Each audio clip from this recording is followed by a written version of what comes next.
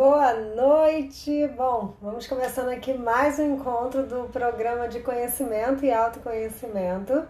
Eu me chamo Tatiana Auler, eu sou psicóloga e estou aqui para a gente poder bater um papo hoje falando sobre procrastinação. Oi, pessoal! Minha prima linda, bem-vinda, boa noite! Vou me apresentar um pouquinho, como sempre, no início de todos os nossos encontros, para ir dando tempo aí do pessoal ir chegando. Se você está assistindo essa live gravada, já passa um pouquinho até chegar a hora que vai começar mesmo, né, o conteúdo aparecer. Mas, por enquanto, vamos aguardar para ver esse Instagram aí divulgando esse programa ao vivo, tá? Então, como eu falei, eu me chamo Tatiana Auler, eu sou psicóloga, trabalho com a neurociência do comportamento, com a terapia cognitiva comportamental e com a psicologia positiva, além de outros estudos. O meu foco é no transtorno da ansiedade e eu venho aqui no Instagram passando vários exercícios, conscientização.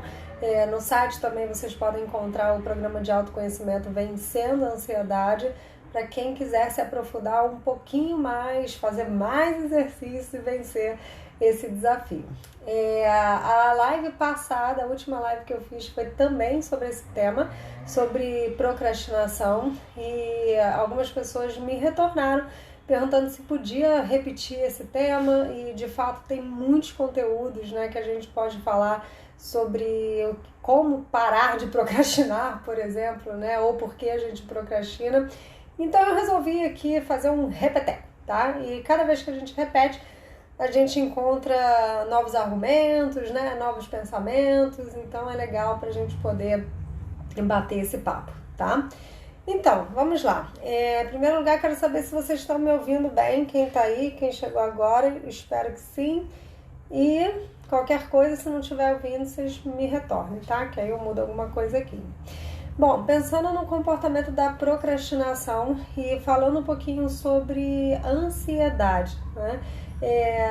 Uma vez uma pessoa falou para mim assim, um paciente, né? Eu falo uma pessoa porque eu não vou dar nome aqui aos pacientes, mas eu atendo muitos pacientes e aí um deles falou assim: Tati, eu acho que eu sou muito preguiçoso. Eu fiquei pensando junto com ele, né? Será que é preguiça? Será que é preguiça? Né? Ele tem uma energia, uma força de vida, uma vontade de viver. E aí a gente chegou à conclusão que não era uma preguiça, que na realidade era uma procrastinação. E tudo isso devido à à intensidade da ansiedade que ele sentia. Aí a gente vem com uma dúvida, né? Muito interessante, mas calma aí, né? Preguiça, procrastinar, intensidade alta de ansiedade, parece que não combina uma informação com a outra.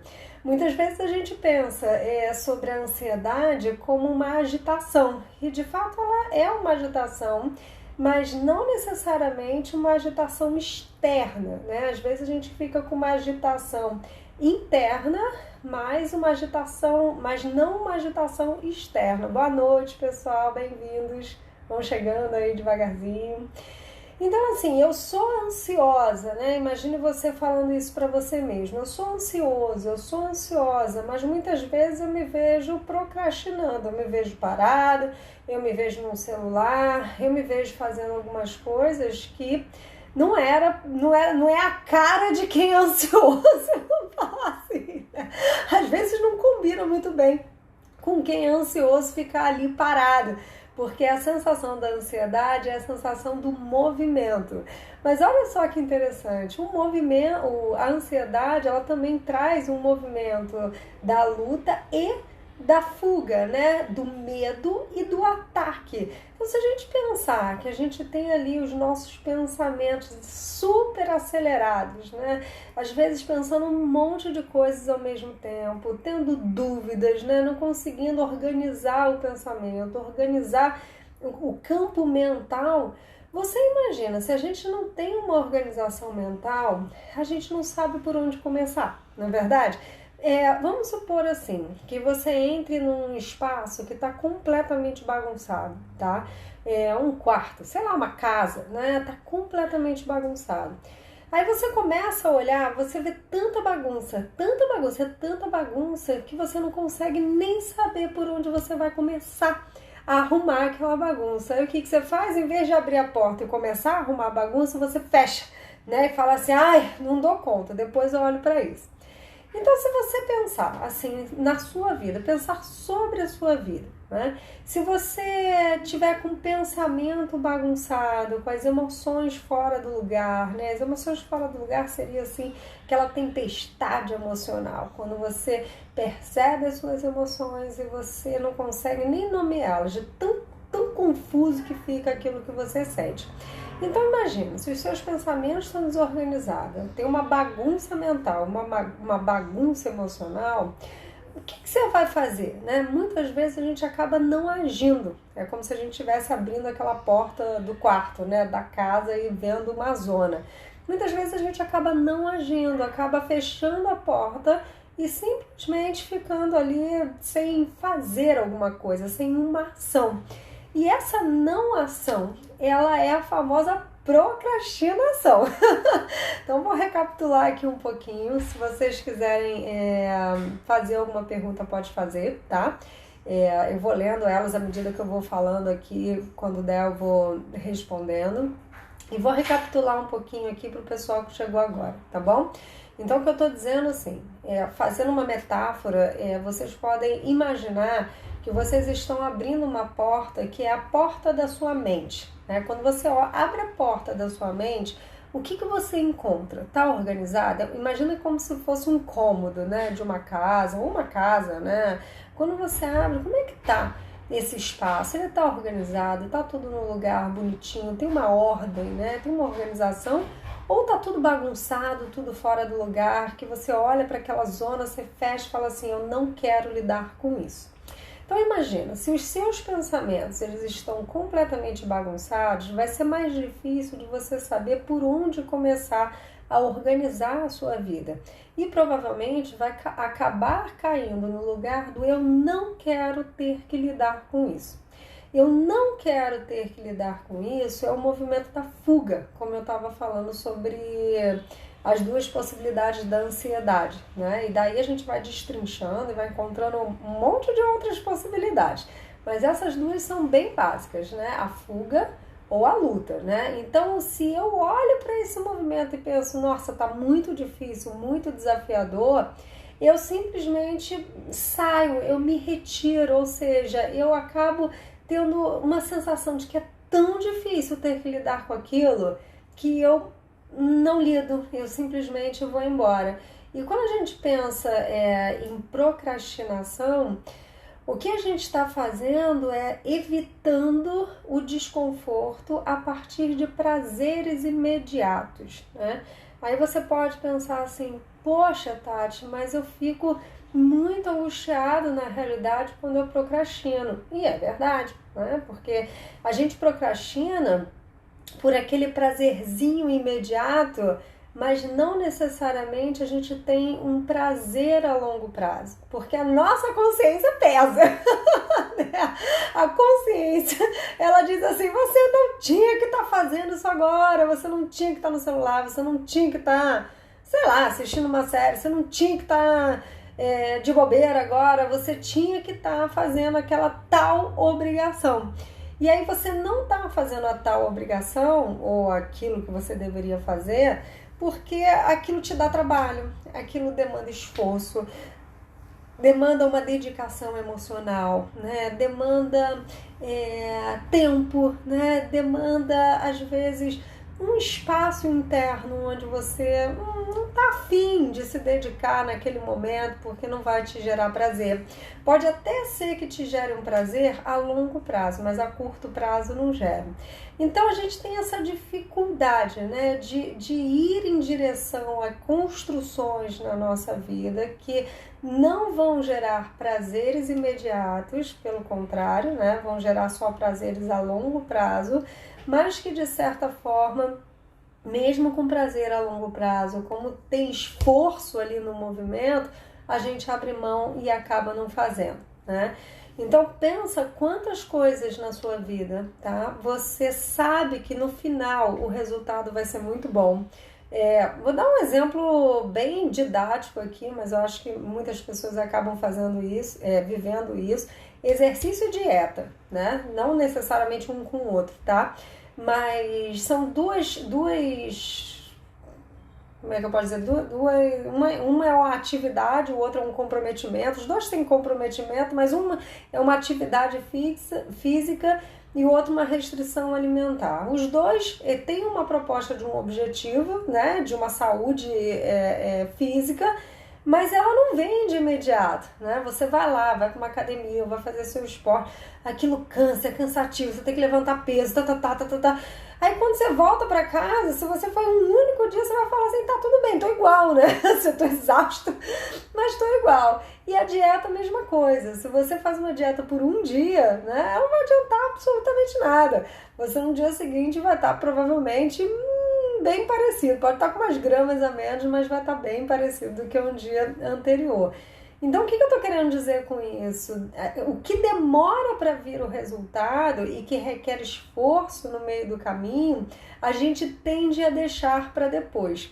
Agora é curioso, pode ser que, por exemplo, se você pensar assim, mas eu nem tô procrastinando no sentido de estar fazendo outras coisas que me deem prazer. Na verdade, eu estou fazendo outras tarefas e não estou fazendo aquelas tarefas que eu deveria estar também realizando naquele momento. Eu vou deixando essas tarefas para depois.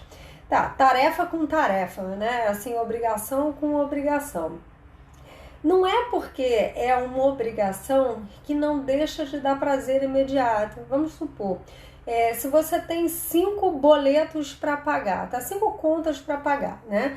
E aí você tá ali com aquele negócio demorando, arrastado, mas além das 5 contas para pagar, você tem também um planejamento para fazer para o seu trabalho, que seja, tá? Assim, ou um texto para você escrever, ou um slide que você tem que fazer, alguma tarefa, alguma coisa que você tem que fazer para o seu trabalho, que vai te demandar mais tempo, que vai te demandar mais esforço, que você vai ter que ir lá, vai ter que, né, fazer aquilo, se dedicar, e o resultado só vai vir depois, né? Mas demora mais tempo ali de investimento, até essa disponibilidade interna para você conseguir ver o resultado acontecer.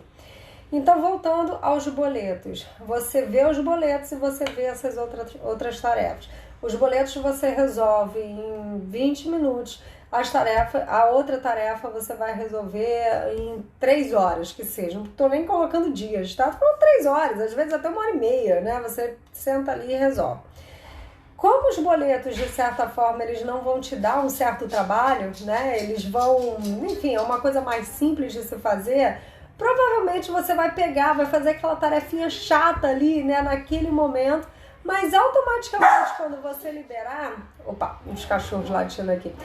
Automaticamente quando você liberar desses boletos, você vai sentir aquela sensação de prazer, de bem-estar, né? Aquela sensação de, putz, dever cumprido, né? Consegui cumprir com o meu trabalho, consegui fazer aquilo. E aquele prazer acabou vindo meio que de imediato, porque não te deu aquele trabalho mais lento, né? Que demorou e que você só conseguiu ver o resultado 1h30 depois que você fez a apresentação, que você concluiu aquela tarefa, né? Mas que de certa forma você só vai receber o ok do seu chefe lá não sei quanto tempo depois, né? E ainda tem que passar por alguma outra aprovação. Então tudo isso, todas essas etapas que vão gerando esse movimento de angústia, né? De ter que fazer, né? De disponibilidade interna, vão fazendo com que a gente procrastine.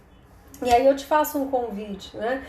Pensando sobre as tarefas na sua vida, as coisas que você quer fazer, mas que você pode assim observar que algumas tarefas você vai deixando para trás, vai deixando para depois, vai guardando em algum lugar e vai se dedicando às tarefas com ganho mais imediato. Isso também pode ser uma ideia da procrastinação, tá? Que procrastinar é deixar aquilo que você teria que estar fazendo e não faz por conta dessa demanda interna para fazer aquilo que você tem mais prazer imediato. E aí é diferente de uma preguiça, como eu estava falando no início, né? Assim, a preguiça ela é gostosinha, tá tudo bem. Você acorda num sábado ou num domingo, né? Ali, aqui no Rio de Janeiro agora tá meio... O tempo tá meio ruim, pode ser que chova no final de semana. Poxa, você não tem nada para fazer, você não tem nenhuma obrigação, nenhuma tarefa, não tem problema nenhum ter essa preguicinha saudável. Então, você pode se perceber internamente, né, essa diferença entre a preguiça e a procrastinação. E até é bacana para você poder se observar o quando você tá ali naquele, vou deixar para depois. Se você tá numa preguiça saudável, vou colocar a preguiça aqui como algo saudável, ou se você tá no lugar da procrastinação. E aí, quais são as maneiras mais fáceis, né, de você identificar essa procrastinação? Primeiro, uma sensação de angústia, né? Quando a gente está procrastinando, a gente não está livre pleno nas nossas emoções, né? A gente não está assim, ai, que bom, tô tranquilo aqui fazendo isso que eu tô fazendo, né? Buscando esse prazerzinho aqui, tô leve. A gente não fica leve. A gente fica com aquela sensação do peso na consciência, né? Então você vira e mexe enquanto tá na ação da procrastinação, vem aqueles pensamentos de culpa, né? Um pensamento, putz, eu sei que eu não... Aquele pensamento de punição, né? Putz, eu sei que eu não devia estar fazendo isso agora, mas eu tô fazendo e agora, né? Não tô a fim de fazer aquilo, enfim. E aí, como é que a gente vence isso? Porque identificar é a parte mais fácil, né?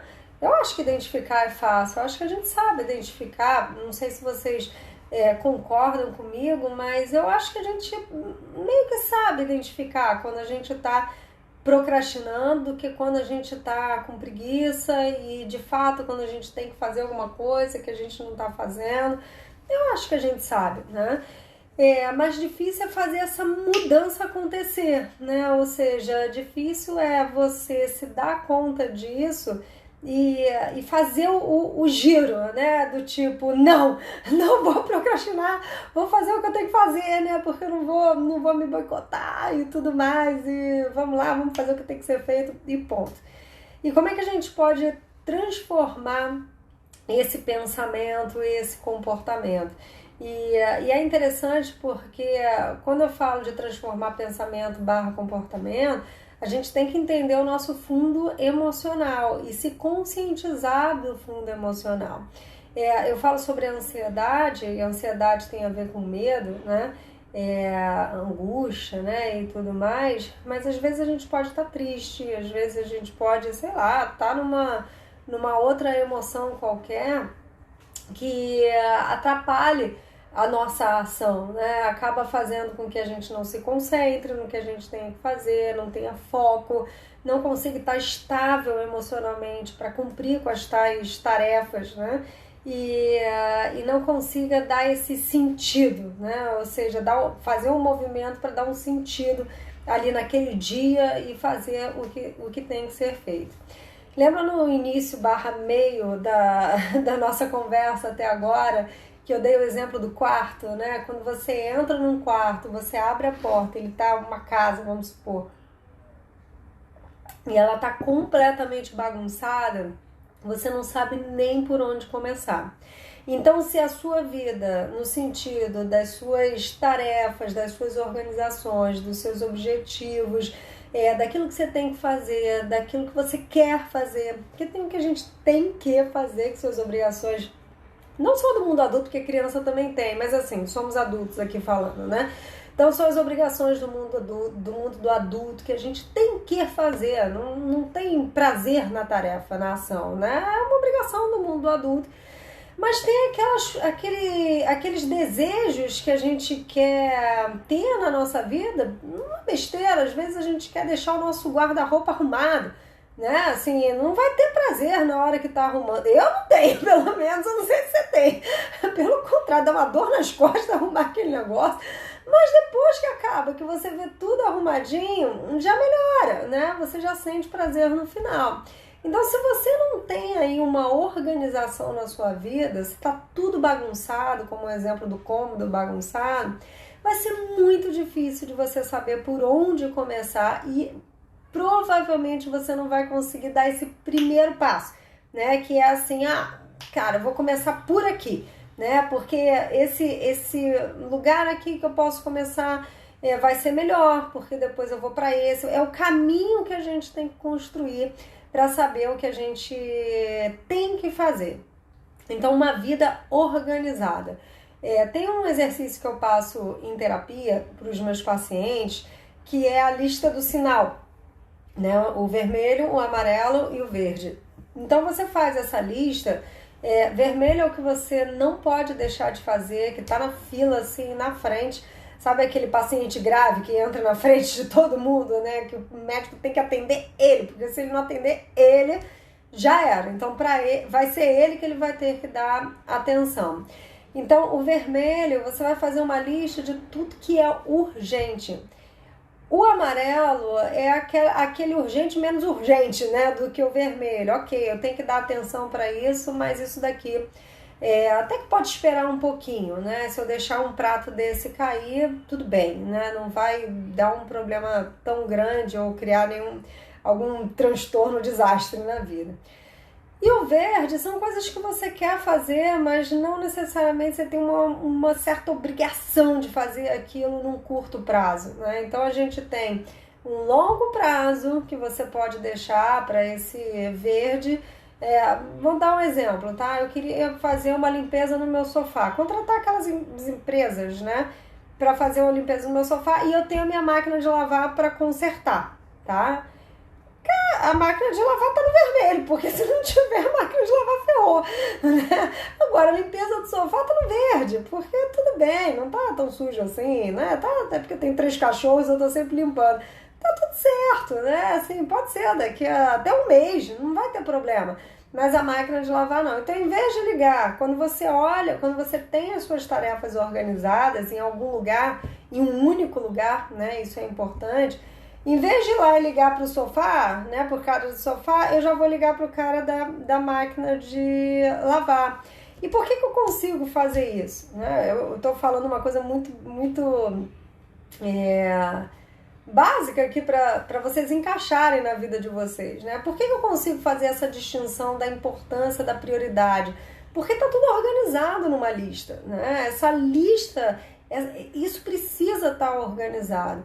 Lembrando aqui, dando uma recapitulada, se você abre um espaço todo bagunçado, um quarto todo bagunçado, você vai fechar a porta, porque você não vai saber por onde começar, tá? Eu estou reforçando isso, porque a organização, ela faz com que você seja um adulto extremamente produtivo, que gere resultados na vida, né? É interessante isso, tem gente que acaba falando assim, em consulta, mas eu tô muito ansioso, eu quero me livrar da minha ansiedade, eu não sei o que fazer com a minha ansiedade e tal. Aí eu pergunto, a sua vida tá organizada, né? No sentido, você sabe o que tem que fazer? Não, tá tudo uma bagunça. Então começa por aí, né? Porque uma pessoa que não se organiza, ela procrastina e ela gera poucos resultados.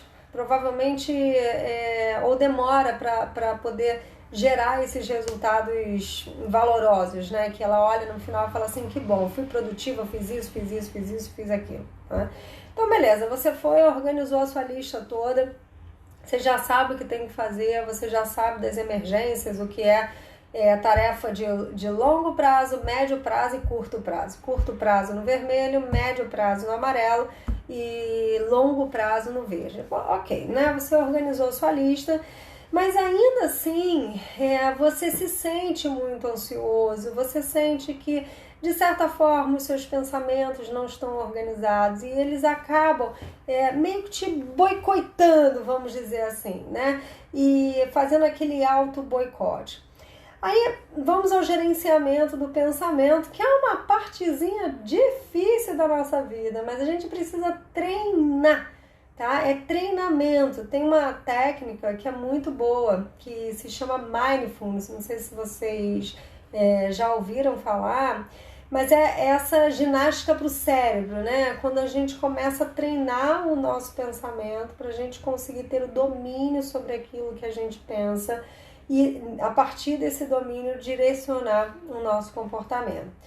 Então, eu vou colocar como 2 modelos de pensamento. Isso não é nada científico, tá, gente? É apenas um movimento, uma fala didática aqui para a gente poder entender.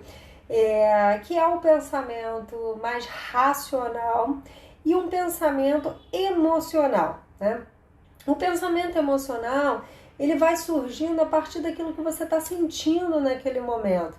Então, por exemplo, se você começa a saber, né, de alguma coisa que está acontecendo, que vai te gerando esse medo, e você começa a sentir o medo, daqui a pouco você começa a ter pensamentos relacionados ao medo que você está sentindo.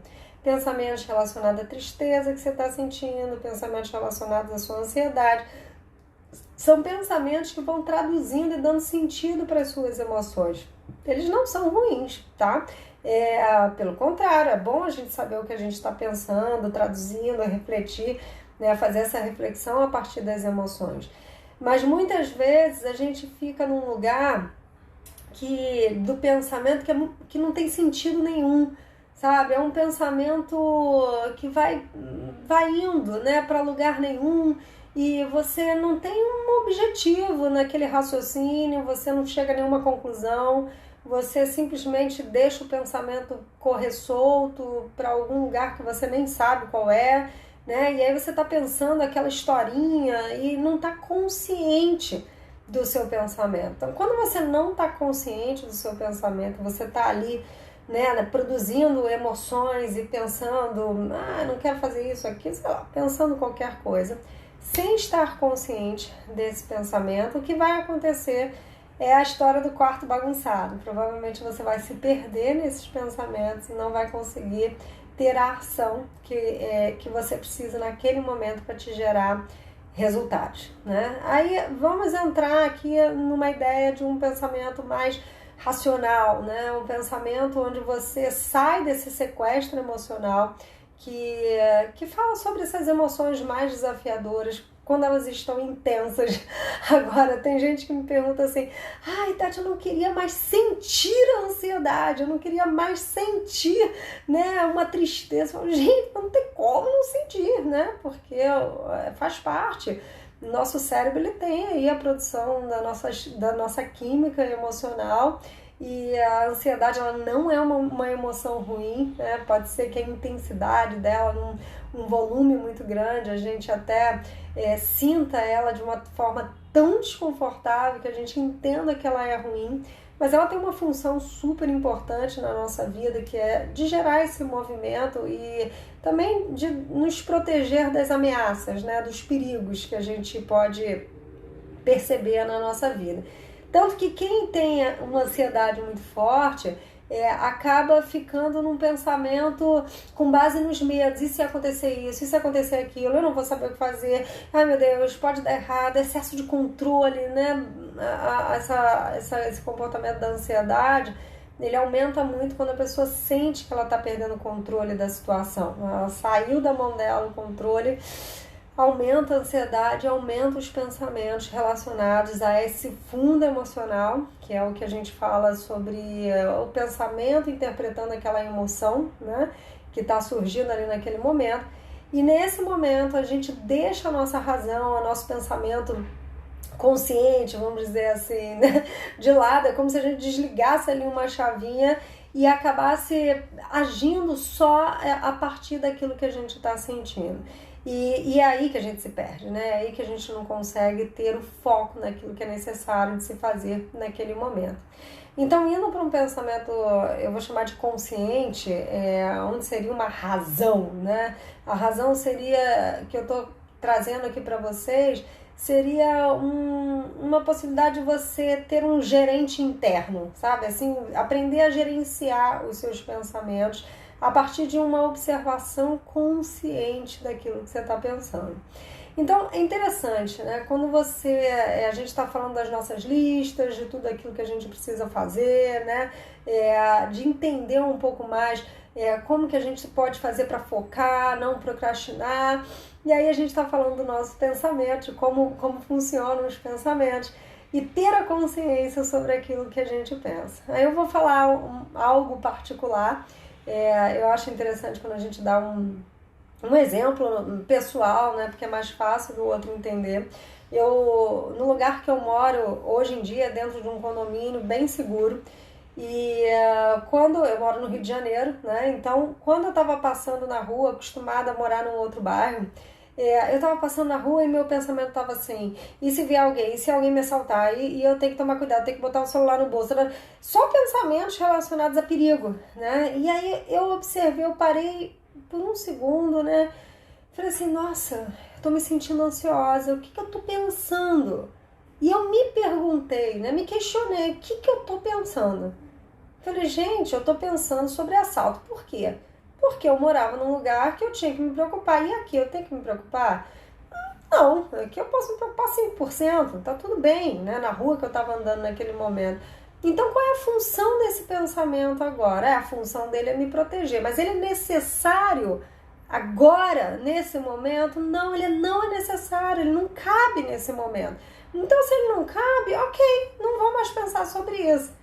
Então é um diálogo, dei um exemplo aqui, espero que tenha ficado claro, é um diálogo consciente que a gente tem que leva o pensamento para um caminho que ele vai ter um desfecho, ele vai ter um foco, ele vai ter uma resolução. Ele não simplesmente vai ficar solto, perdido e fazendo aquele movimento eu chamo do pique corrente. Bom, quem tem mais de 35 aí vai lembrar do pique corrente, né? O pique corrente era uma brincadeira que existia na minha infância, que uma pessoa pegava na mão, era tipo um pique-pega, né? Mas quando você pegava outra pessoa, você não soltava a mão dela.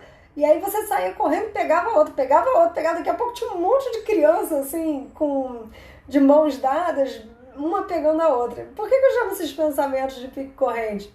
Porque, de certa forma, a gente pega um pensamento no outro, né?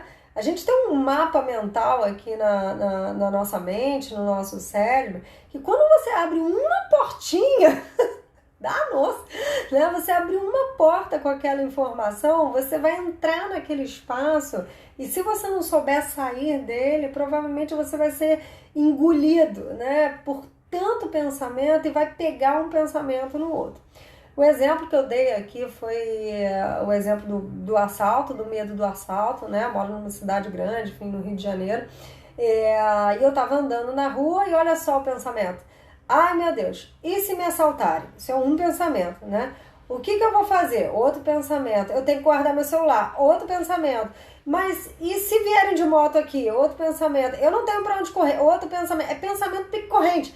Né? Quando eu começo a perceber que eu estou pensando dentro desse modelo, eu falo, opa, eu já paro na hora e o treino faz com que vocês consigam, né, ter essa consciência. Eu paro na hora e falo assim, o que eu estou pensando? É sobre o que é esse texto que está na minha cabeça, né? Que assunto é esse que eu estou dando ibope aqui, que eu estou falando, né? Que lugar é esse? Né? E aí eu prestando atenção, eu falo, nossa, eu tô pensando sobre assalto, eu tô pensando sobre fulano.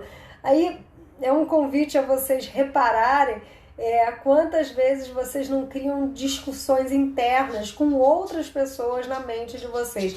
Ah, porque se eu falar para fulano isso, fulano vai dizer aquilo, se ele disser aquilo, eu vou falar aquilo outro, e aí se ele responder aquilo, eu vou dizer aquilo outro, porque fulano, não sei o que, Quanto tempo a gente acaba perdendo com essas construções fantasiosas de diálogos que a gente vai criando na nossa cabeça e que deixa a gente ali, né, na tal da procrastinação, perdido no tempo. Aí é tempo mesmo que eu tô falando, tempo do relógio.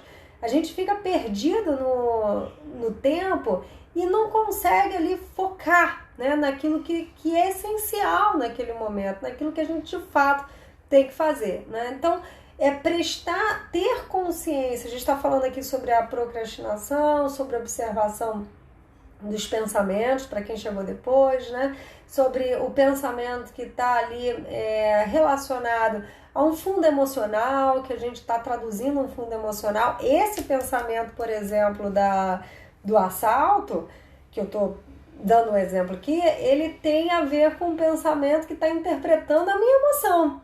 Então, olha, eu saí na rua, eu estava com o celular na mão, né? A minha amígdala, que é a daqui do cérebro, né? Ela vai captando isso tudo, ela fala, tem um perigo aqui. Eu não sei se vocês conhecem ou já passaram por isso, alguém que tem pânico, síndrome do pânico, que fala assim, do nada eu tive uma crise, né? E do nada, assim, eu entendo que para a pessoa parece do nada, mas para o cérebro dela não, né? Porque para o cérebro dela ela foi captando vários registros, várias coisas que estavam acontecendo ao redor, às vezes um período antes, não precisa ser naquele momento, mas ela foi captando, o cérebro foi captando e foi dizendo para essa pessoa, você está em ameaça, você está em ameaça, você está em ameaça, e pum, starta aquela sensação do pânico, né? Que é muito ruim, muito difícil e pode ser tratada, inclusive, isso é importante dizer. Então, esse domínio dos pensamentos, voltando para o domínio do pensamento, essa conscientização do assunto que está rolando na sua cabeça, pode trazer para você um lugar que é de tomada de decisão, né? Então, eu decido neste momento, a partir da consciência sobre aquilo que eu estou pensando.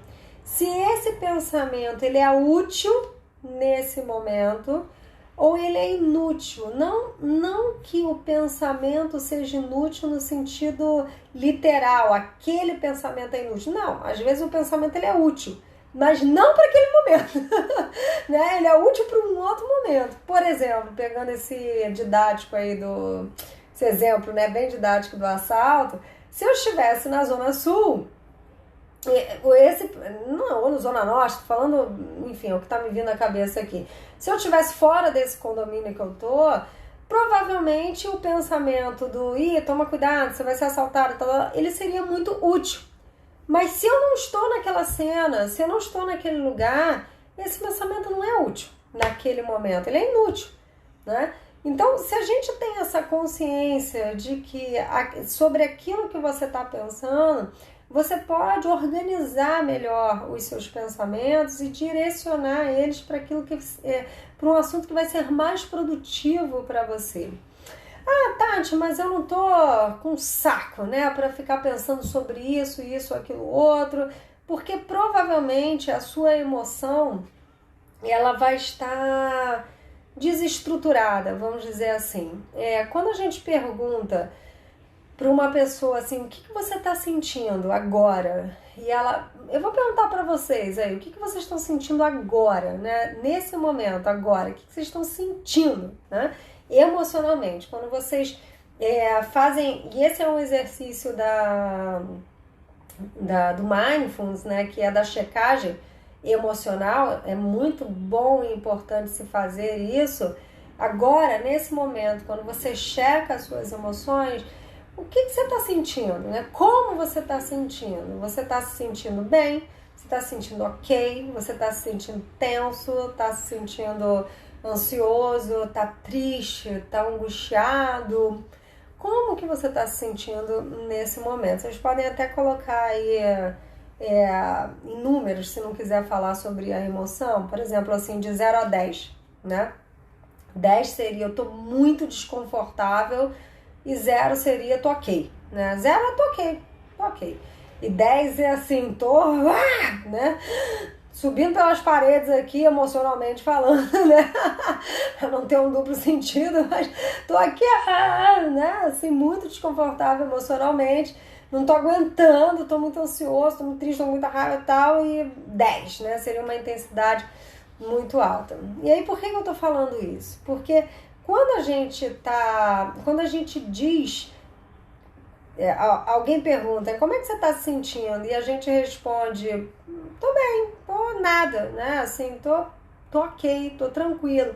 Não é que você não esteja sentindo nenhuma emoção necessariamente, é que As suas emoções, que seria a química do seu corpo, ela tá controlada, né? Tá ok, tá organizada, tá tudo certo ali naquele momento. Então, eu tô trazendo aqui de uma forma bem leve, um pouco do teórico aqui da neurociência, né? A gente sabe que quando a gente tem um ataque de pânico, quer dizer que aquela química que foi jorrada ali no nosso corpo naquele momento, ela fez com que todos os nossos, vamos dizer assim, tudo aquilo que os nossos órgãos vitais, vamos dizer assim, né, eles se alterassem, né? Então a gente tem um coração acelerado, a gente tem aquele frio na barriga, né? A gente tem toda uma alteração fisiológica que faz com que a gente entenda que a gente está em pânico, que a gente está muito nervoso. Então, essa alteração acontece como um estado de alerta mesmo, é um sistema que a gente tem. Mas o que acontece é que quando a gente sente, a gente percebe essas alterações fisiológicas, muitas vezes a gente está numa intensidade maior da emoção. Pode ser que seja uma emoção muito boa, pode ser que seja, por exemplo, um tesão, uma paixão, né? Uma alegria, que você tá ali eufórico, sentindo aquela emoção, e quando você não tá sentindo aquela emoção, você fala, tá tudo bem, tá tudo ok. Então, por que eu tô dizendo isso e por que isso está relacionado à procrastinação? Porque quando você tem algo para fazer, as tais tarefas, né, que eu estou trazendo aqui do dia a dia, quando você tem algo para fazer no dia a dia, é interessante que você faça uma checagem emocional. Como eu estou me sentindo neste momento? Quais são as minhas emoções agora? O que está passando dentro de mim, né, na minha química emocional? Se você não sabe nomear as suas emoções, você pode pesquisar no Google, é muito simples. Você bota lá a lista das emoções, cola na parede, bota no celular, em algum lugar, para você poder olhar e falar assim, agora é um desejo que eu tô tendo, eu tô apaixonado, eu tô isso, eu tô aquilo. Tem vezes que a gente está apaixonado que a gente não consegue pensar em outra coisa, só naquela paixão, né? Então, não necessariamente é só uma emoção ruim, tá? Às vezes é uma emoção que ela é até entendida, né, como algo bom, mas que não necessariamente ela está sendo boa e produtiva naquele momento. Então, vamos pensar assim, se naquele momento eu faço uma checagem emocional, eu vou checar a minha emoção e entender em que intensidade eu tô emocionalmente. Eu vou entender qual é a emoção, né? Então eu tô lá, eu falo bastante sobre ansiedade. Então eu tô me sentindo muito ansiosa, tá? De 0 a 10, eu sou terapeuta comportamental, tá, gente? Então eu boto um númerozinho para ajudar a mensurar. De 0 a 10, né? Essa ansiedade que eu tô sentindo, ela tá onde dentro de mim? Nossa, ela tá 7. Eu não preciso necessariamente ficar entendendo por que eu tô ansiosa, né? Por que as coisas não acontecem. Eu não preciso ficar elaborando aquele conteúdo naquele momento que seria mais produtivo eu estar focando em algo que tem que ser feito, as tarefas do dia a dia, né? Parar de procrastinar e focar no que tem que ser feito. Então, quando eu mensuro a minha emoção, eu vou começando a me observar. E se eu me observo, é quase como se eu saísse de dentro de mim, passasse a olhar para mim mesma, né? E começasse a ser uma boa amiga, uma boa orientadora para mim mesma, né? Então você vai passar, imagina assim, que você sai de dentro de você, olha para você mesmo e começa a se observar, como se você estivesse observando uma outra pessoa. Falando, nossa, mas você está muito ansiosa, né? Vamos fazer alguma coisa para acalmar a sua ansiedade, porque você precisa focar nisso, naquilo, porque você tem que fazer isso para ser produtivo, para entregar o seu trabalho, para ser bom para você, enfim. Então a gente está falando de uma checagem emocional e de uma regulação emocional. O que seria a regulação emocional? Ela é simples de falar e difícil de fazer. Porque é simples simples, né? Mas assim, para fazer dá um trabalho, tem que ter um treino, mas vamos lá. Imagina que essa intensidade 10 é como se fosse a chama de um fogo, né? De um piloto de fogão, que seja, né? Então você vê ali que ela tá 10. Pode ser que você não consiga apagar ela, mas você precisa aprender a diminuir essa intensidade emocional. Ah, Tati, tem algum botão como no fogão, né, que a gente vai fazer assim e vai diminuir? Na realidade tem, né, que é a nossa respiração.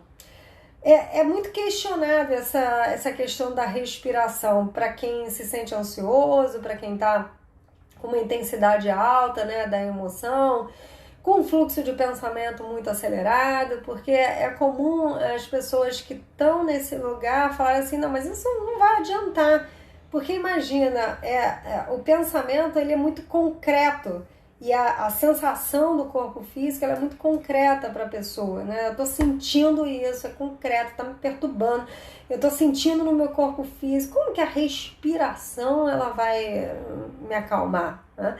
E aí é interessante, porque aí sim vocês podem ver vários estudos que falam sobre isso, que quando a gente está ansioso, a gente fica oxigenado, né? O nosso cérebro ele fica ali com uma intensidade muito grande de fluxo, né? De oxigenação, porque ele precisa, ele está pronto para agir, né? Ele quer agir, ele quer ali te proteger daquilo tudo que você está pensando, porque a gente cria inimigos, né? Dentro da nossa cabeça, né? Impressionante. Então o que acontece é que com a respiração é que ela faz o efeito contrário, é como se ela fosse brincando aqui, né? É como se ela fosse um remédio, um calmante. Quando você respira devagar, né?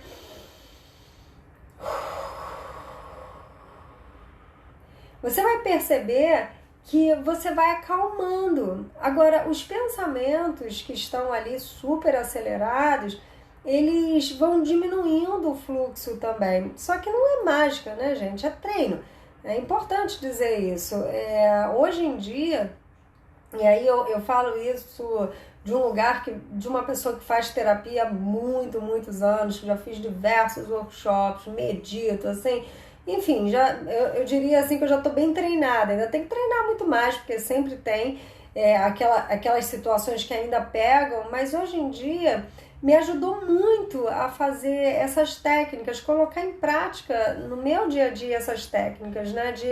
De olhar, de observar o que eu estou sentindo, fazer essa checagem emocional, entender, nossa, eu tô com medo, tô ansiosa, tô triste, tô isso, tô aquilo, nomear essa emoção, acalmar, porque na medida que você vai acalmando a química do seu corpo, você vai distensionando e você vai conseguindo abrir espaço, saindo daquele sequestro emocional e abrindo espaço na sua mente para você poder fazer aquilo que tem que ser feito. Tati, o que isso tem a ver com a procrastinação? Tudo, tudo, porque a gente procrastina muitas vezes porque a nossa emoção ela está desregulada, né? E aí você não quer fazer mais esforço para trazer mais peso para a sua emoção. Você não vai, você acaba não suportando o desconforto emocional, né? E porque já está desconfortável. Aí você pensa, nossa, eu já estou tão desconfortável aqui emocionalmente, eu preciso daquele tal prazer imediato. Aí vai pro joguinho, vai para as coisas práticas da vida, né? Ali aqueles prazeres imediatos. Continua com angústia, no final do dia termina super mal o dia, sentindo que não produziu nada, e é uma bola de neve, né? Aquilo vai aumentando e vai fazendo com que a pessoa acabe não conseguindo ficar bem com ela mesma por falta dessas ações da produtividade. Então, quando a gente checa aqui as nossas emoções, eu vou finalizar a live já e eu queria saber se vocês têm alguma pergunta, algum comentário, enquanto eu vou falando aqui o final, se vocês quiserem deixar alguma pergunta aí, tá? Ou sugerir também, um próximo tema, para eu falar aqui me ajuda, tá, gente? Me dá tema, porque aí eu falo, se eu souber eu falo. Agora sem tema eu fico catando sozinho aqui os temas, fica bem desafiador. Então vamos lá, para eu poder concluir, o que isso tem a ver, né? Essa história da coordenação do pensamento, das emoções e da ação.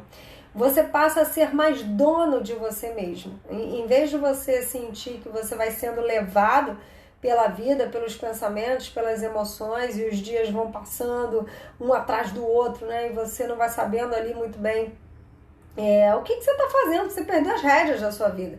Aquilo ali o dia vai acontecendo e você está desorganizado, enfim, né? Não está ali conseguindo pegar as rédeas da sua vida, procrastina, não tem resultado e se sente mal. Isso aumenta a ansiedade e depressão, né?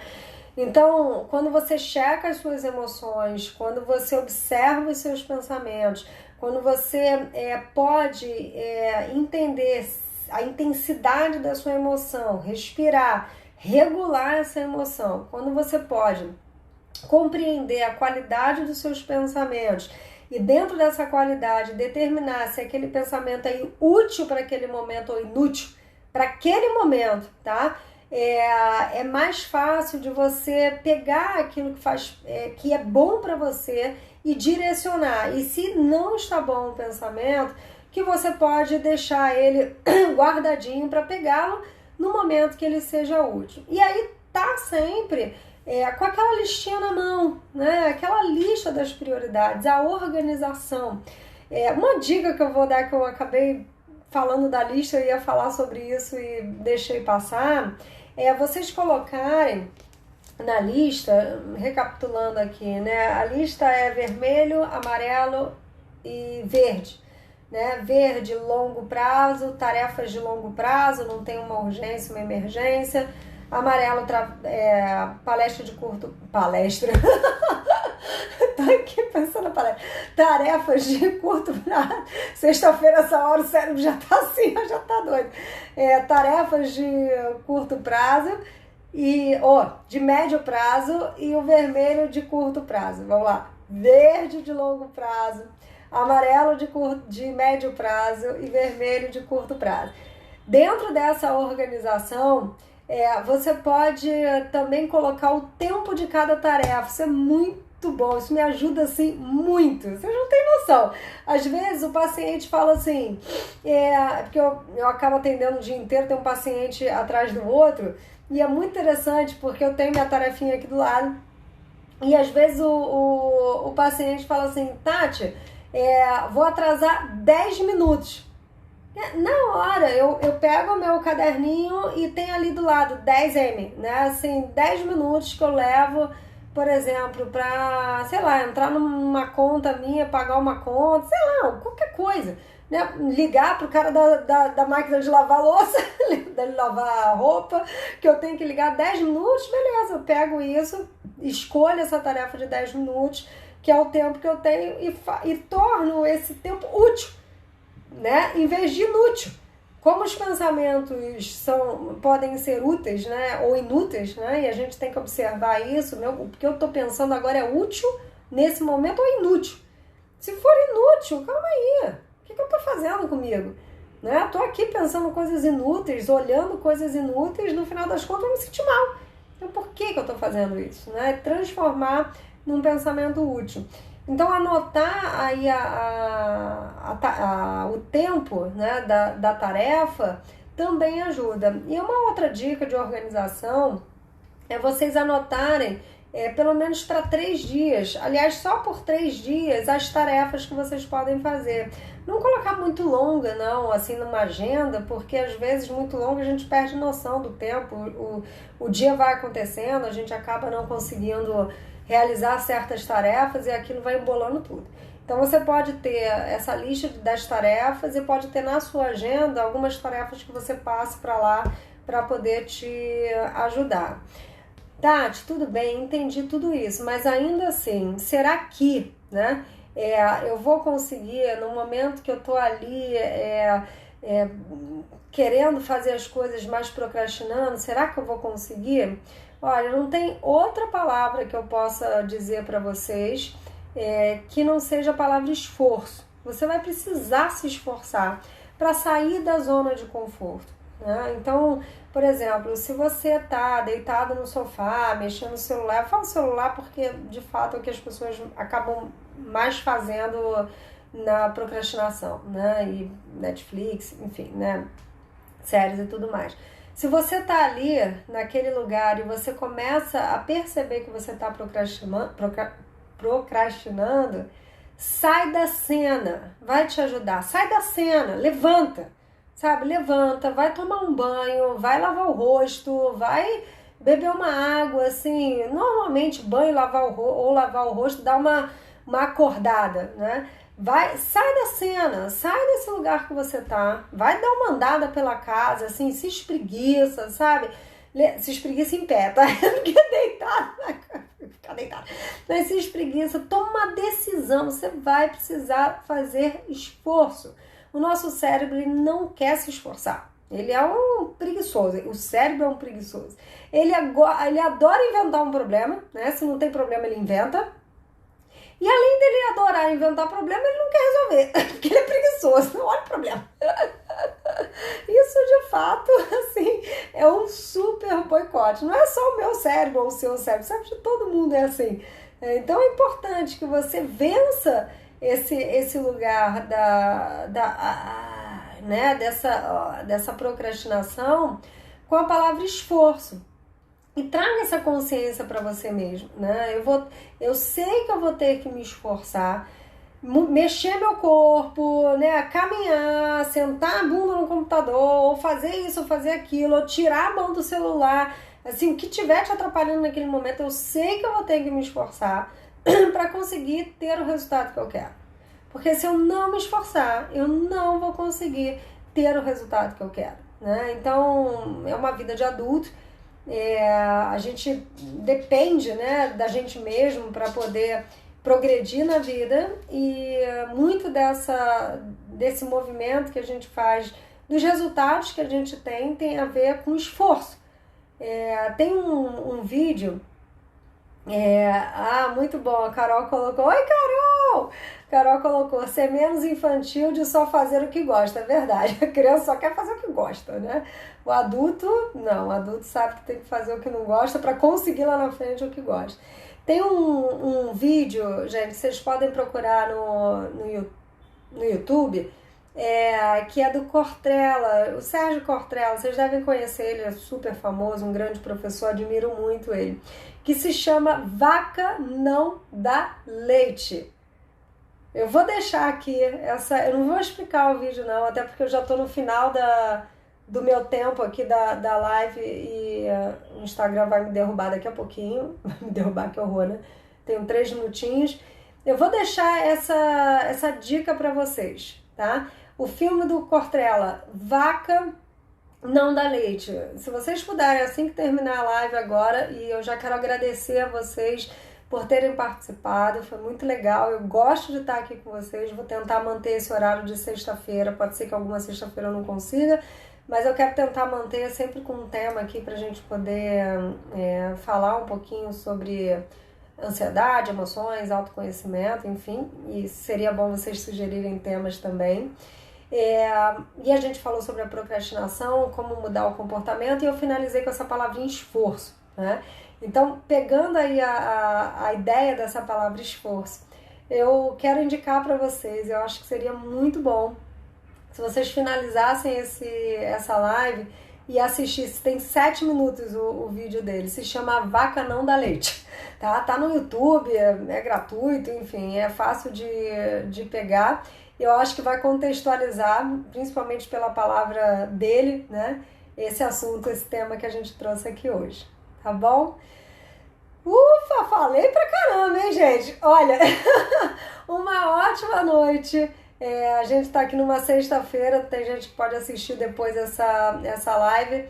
De qualquer maneira, que vocês tenham um ótimo final de semana, se não for amanhã o seu final de semana, que seja no próximo, que seja no próximo.